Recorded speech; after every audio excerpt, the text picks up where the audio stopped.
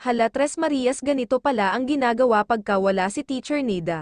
Habang sem-break ng Tres Marias, sila ay naiwan sa bahay kasama si Tito Herns. Bago umpisahan ang kani-kanilang mga trabaho, kumain muna ang Tres Marias, ng turon at kamoteng kahoy. Nakakatuwa sila Mylene at Nanita. Hindi pa rin nila nakalimutan ang pangunahing pagkain nila sa kanilang lugar, tulad ng kamoteng kahoy. Nakakatuwa lang may mapagpipilian naman sila, pero ginusto pa rin nilang kumain ng pagkain na nakasanayan nila noong nandoon pa sila sa kanilang lugar.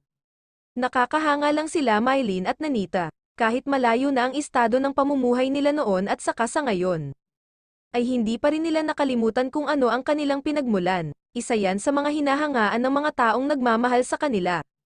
Nang dahil din yan sa kanilang poster parents na si Teacher Nida at Tito Herns, maganda ang pagtuturo sa kanila. Habang kumakain ang Tres Marias, masaya silang nagkwentuhan. Kapatid na nga ang turingan nila sa isa't isa.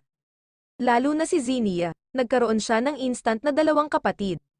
Marami ang humahanga sa kabaitan ni Zinnia. Kung gaano kabait ang kanyang mga magulang na si Teacher Nida at Tito Herns, ay ganun din si Zinnia. Hindi siya katulad ng ibang anak naghahangad ng atensyon sa magulang tulad ng nagseselos. Normal lang sa kanya, napakaganda nga ang pagpapalaki nila Teacher Nida at Tito Herns kay Zinnia. Napakapalad nila Mylene at Nanita, na pamilya nila Tito Herns at Pugong Biyahero, ang napuntahan nila. Pamilya na ang turing nila sa dalawa, kaya naman Mylene at Nanita, pagbutihin ang inyong pag-aaral. Napakapalad ninyong dalawa Mylene at Nanita, para balang araw kayo naman ang tutulong sa pamilya ninyo. Mga kababayan, nagbabalik muli ang inyong lingkod Elmas Vlog, ay bumabati ng isang mapagpalang araw at gabi, sa ang sulok ng mundo kayo naroon, naway nasa mabuti kayong kalagayan. Lalo na sa tulad kong OFW na malayo sa pamilya. Kung bago ka lang po sa aking YouTube channel, baka pwedeng makahingi ng like, subscribe, at click mo na rin ang notification bell para updated kayo sa susunod kong video. Mapanood ang full video sa YouTube channel ni Tito Herns TV, and please don't skip ads, para sa ganon na paraan makatulong din po tayo sa kanilang mga tinutulungan. Ganon na rin sa channel ng Tres Marias, Pugong Biyahero, at PB Team ng Luzon at Mindanao, at ang inyong lingkod Elmas Vlog. Please like and subscribe sa aking munting channel. Hanggang sa muli, maraming salamat.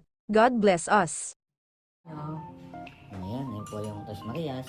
At si nanay po kasi ay nasa school dahil po ito po ngayon Tres Marias ay wala na pong pasok. Kaya po naman naiwan lang sila dito sa bahay. At si nanay po ay nado sa school. Maaga pa rin ay naalis.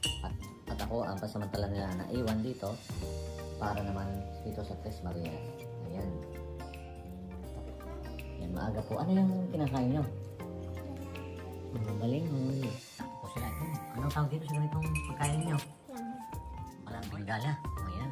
Yun po. Tapos may turon pa. Ayan. Paborito po rin pa nila ni Mylene at Ninita. Hindi pa nila nalilimutan yung pagkain nila doon sa kanilang lugar.